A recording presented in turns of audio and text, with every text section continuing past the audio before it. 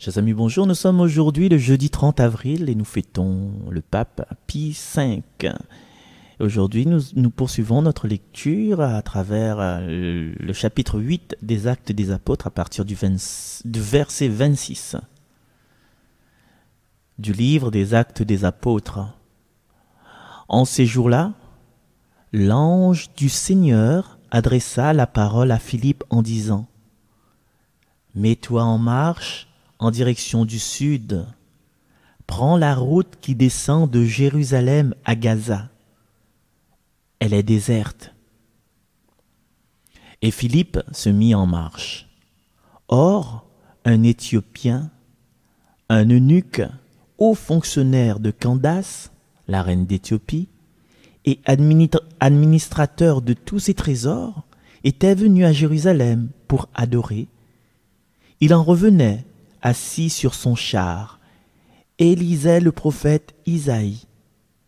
L'Esprit dit à Philippe : « Approche et rejoins ce char. » Philippe se mit à courir, et il entendit l'homme qui lisait le prophète Isaïe.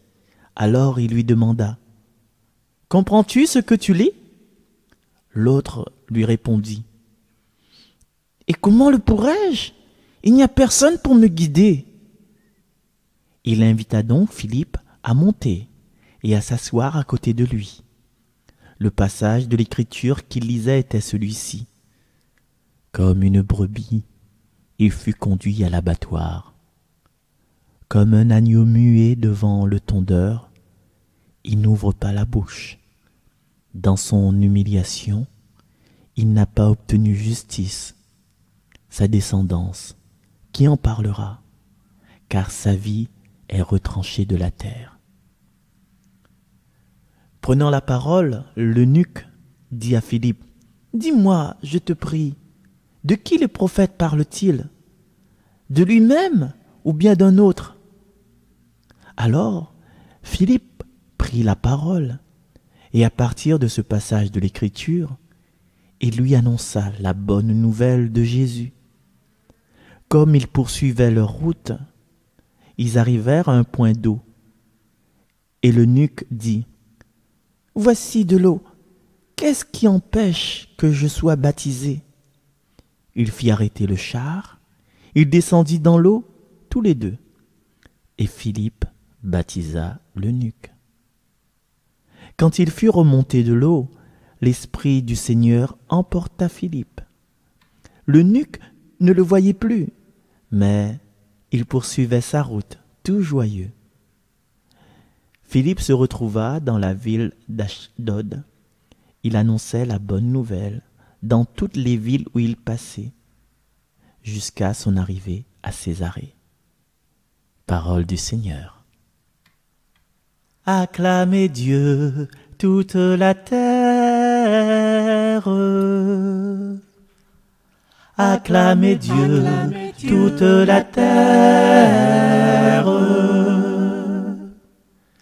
Peuple, bénissez notre Dieu, faites retentir sa louange.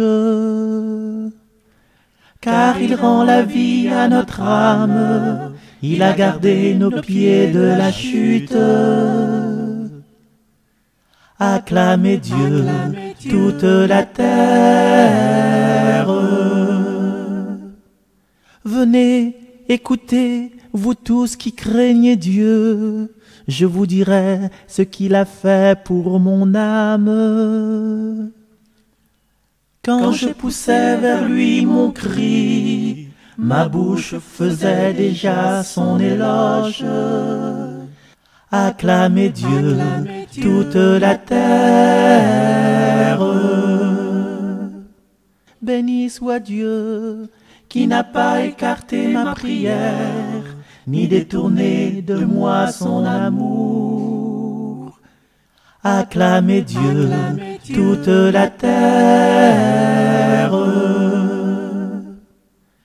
Gloire au Père et au Fils et au Saint-Esprit, pour les siècles des siècles. Amen.